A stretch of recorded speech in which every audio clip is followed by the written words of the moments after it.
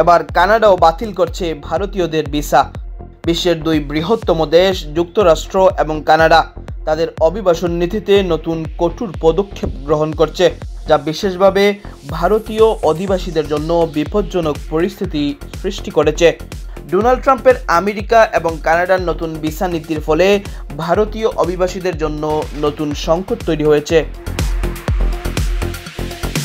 যুক্তরাষ্ট্রে অবৈধ অভিবাসীদের বিরুদ্ধে কঠোর অবস্থান নিয়েছেন ডোনাল্ড ট্রাম্প। এর ফলস্বরূপ বিশেষভাবে সমস্যায় পড়েছেন ভারতীয়রা। যুক্তরাষ্ট্রে ট্রাম্প প্রশাসনের নেওয়া কঠোর পদক্ষেপের কারণে অনেক ভারতীয় অভিবাসী এখন অস্থিরতায় রয়েছেন। কানাডাও তার ভিসা নীতিতে আরও কঠোর হয়ে উঠেছে, যা অবৈধ ভারতীয় অভিবাসীদের জন্য সংকট তৈরি করেছে। সম্প্রতি কানাডা প্রশাসন নতুন একটি কঠোর পদক্ষেপ গ্রহণ করেছে, যার ফলে বহু ভারতীয়দের ভিসা বাতিল হতে শুরু করেছে।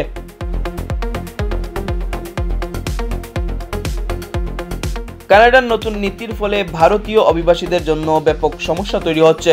ভারতীয় সংবাদ মাধ্যম আনন্দবাজারের রিপোর্ট অনুযায়ী ভারত কানাডা সম্পর্কের অস্থিরতার মধ্যে কানাডা প্রশাসন নতুনই কঠোর পদক্ষেপ গ্রহণ করেছে।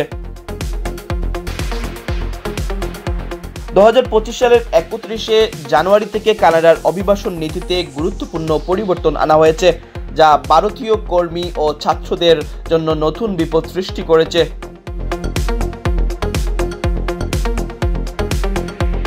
কানাডার সঙ্গে ভারতের সম্পর্ক ক্রমেই জটিল হয়ে উঠছে। কানাডার রাজনৈতিক পরিস্থিতির কারণে ভারতীয় সরকারের সঙ্গে সম্পর্কের মধ্যে অনেক বিষয়ে বিবাদ সৃষ্টি হয়েছে। আমেরিকা, ব্রিটেন ও জার্মানির পর কানাডাও এখন তার অভিবাসন নীতিতে কঠোর পদক্ষেপ নিয়েছে।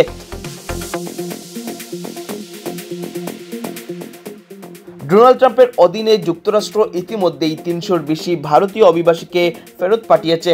এছাড়া ব্রিটেনে অবৈধ অভিবাসীদের বিরুদ্ধে অভিযান শুরু হয়েছে এবং জার্মানিতে নতুন কট্টরপন্থী সরকার ক্ষমতায় আসার পর সীমান্ত নিয়ন্ত্রণ এবং অভিবাসীদের জন্য কঠোর পদক্ষেপ ঘোষণা করেছে।